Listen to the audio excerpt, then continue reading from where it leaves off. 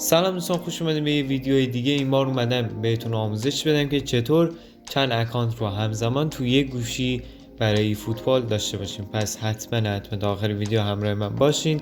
لایک این ویدیو هایتون نره، چنل رو سابسکرایب کنید، زنگوله بغلش رو فعال کنید، یه کامنتی هم بزنید تا انرژی بگیرم. پس بزن بریم.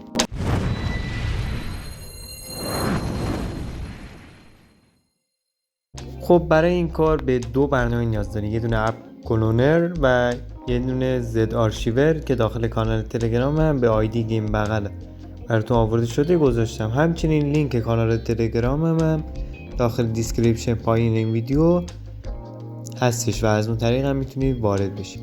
خب وارد این برنامه که میشیم ما با ای فوتبال کار داریم و روی ای فوتبال میزنیم. تو قسمت اول میبینیم فضای این برنامه رو. تو قسمت اول به ما گفته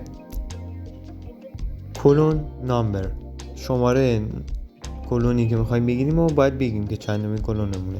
من چون که قبلا 2 کلون گرفتم از این برنامه و این فوتبال، برای همین این میشه سومین کلون من که میبینی روی 2 قرار داره واسه قبل. از این طریق میبینیم که من 2 کلون تا الان گرفتم و این سومین کلون منه که من این عدد رو روی 3 قرار میدم. شما برای اولین بارتون این عدد رو باید روی 1 قرار بدین. تو این مورد دقت داشته باش و کلونای بیشتر هم هی اضافه کنید. از این قسمت هم که میتونیم اسم این ای فوتبالی که قرار کلون بگیریم ما دستکاری کنیم که من یه عدد 4 بهش اضافه میکنم چون 4مین اکانت ای فوتبال من قراره باشین. اینجا میتونید رنگ آیکون رو تغییر بدین، رنگ برنامه رو، و اینجا میتونید که لوگو برنامه رو برعکس کنین، لوگو بازی رو، و اینجا میتونین لوگو بازی رو بچرخونین که ما حالا با اینا کاری نداریم. و اینجا میتونین کنار لوگو بازی عدد اضافه کنین که اونم دلخواه خودتونه. مثلا واسه اکانت 2 تونه میتونین بزنین رو 2، اکانت 3 میتونین بزنین رو 3 و حالا هر عددی که خودتون میخواین. و از این قسمت میتونید عکس واسه خودتون اضافه کنین که مربوط به برنامه باشه. خب میام قسمت پایین.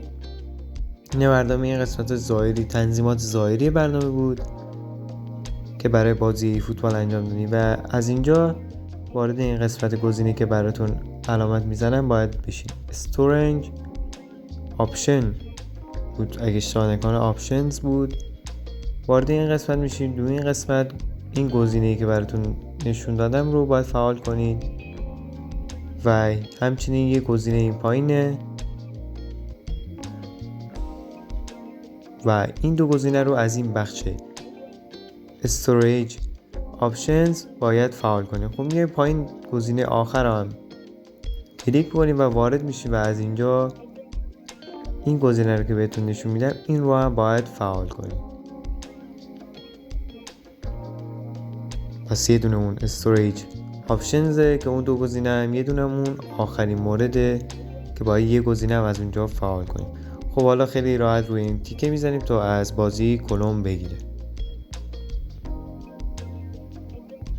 این تیکه از ویدیو رو براتون سریعتر گذاشتم تا حوصلتون سر نره. شما باید وایسین تا کار خوش انجام بده بعد بازی کلون بگیره. توجه داشته باشید اگه میخواین دید بهتری به این ویدیو داشته باشین صفحه ویدیو رو بزرگتر کنین،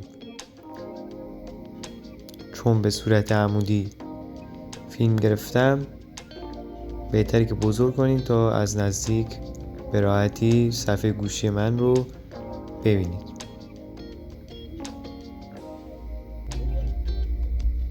خب حالا میبینید که بازی اینجا کلون گرفتنش تموم میشه و ما روی نصب برنامه کلیک میکنیم و منتظر میشیم تا بازی نصب بشه.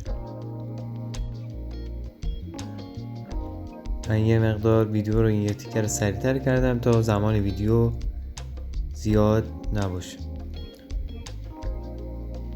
خب میبینید که بازی نصب شد. خب میایم بیرون. کارمون با برنامه کلون دیگه تموم شده.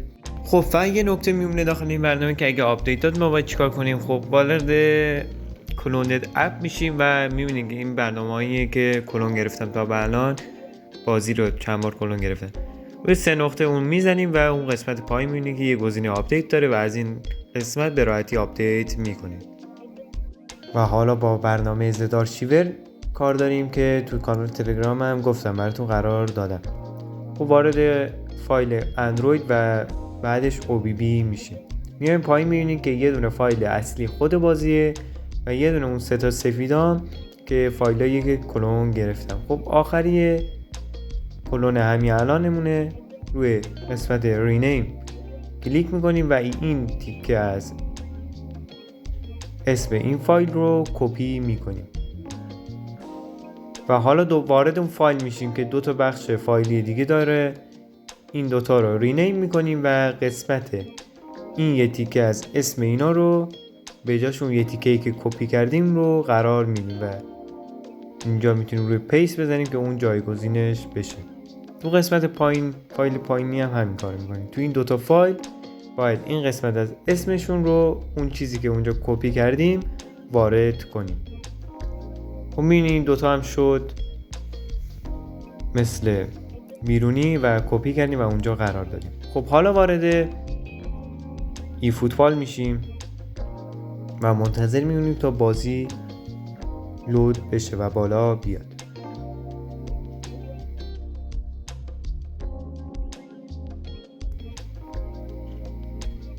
خب حالا از این قسمت که باز شده زبان بازی رو انتخاب میکنیم که خب طبق معمول روی انگلیسی قرار میدیم. در قسمت بعد ریژن بازی رو باید انتخاب کنیم که من قطعا ریژن ژاپن رو بهتون پیشنهاد میکنم چون یه سری جوایز خاص به بازی اضافه میشه که فقط مختص به ریژن ژاپن هستش و از این لحاظ ریژن ژاپن کلا ریژن بهتری در بازی هستش که ما میتونیم قرار بدیم. حالا بازی رو میزنیم و یه سری اجازه ها رو به بازی میدیم، با قوانین بازی موافقت میکنیم. خب از این قسمت هم که یوزرنیم آیدیش هست، یعنی یوزرنیم اصلیمون نه، آیدی خودمونه که همون یوزرنیم هستش که ما همین چیزی که بازی پیشنهاد کرده رو کلیک میکنیم.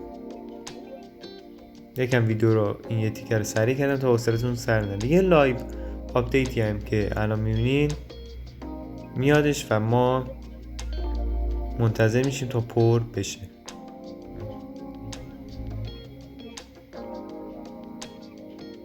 بعد از اینکه پر شد بازی میاد و ما باید سبک کنترلمون رو انتخاب کنیم که ما کلاسیک رو انتخاب میکنیم و همچنین از این قسمت باید تیممون رو انتخاب کنیم که من خود بازی بارسا رو پیشنهاد میده که من اینجا لیورپول رو انتخاب میکنم و حالا نکست رو میزنیم و میرسیم میبینیم که همونطور که میبینیم ما یه اکانت جدید رو ساختیم و به جز ای فوتبال اصلیمون یه ای فوتبال دیگه هم کلون گرفتیم و همزمان 2 تا اکانت روی این گوشی میتونیم داشته باشیم. میتونید 3 4 یا هر چقدر که اکانت بخواید توی یه گوشی با این روش داشته باشید. خب مرسی که تا اینجا ویدیو همراه من بودین. ممنون میشه این ویدیو رو لایک کنید چون خیلی به ما کمک میکنه و همچنین سابسکرایبیاتون نره زنگوله بغلش رو هم فعال کنید. یه کامنتی هم بذارید تا انرژی بگیرم. تا ویدیوهای بعدی، خداحافظ.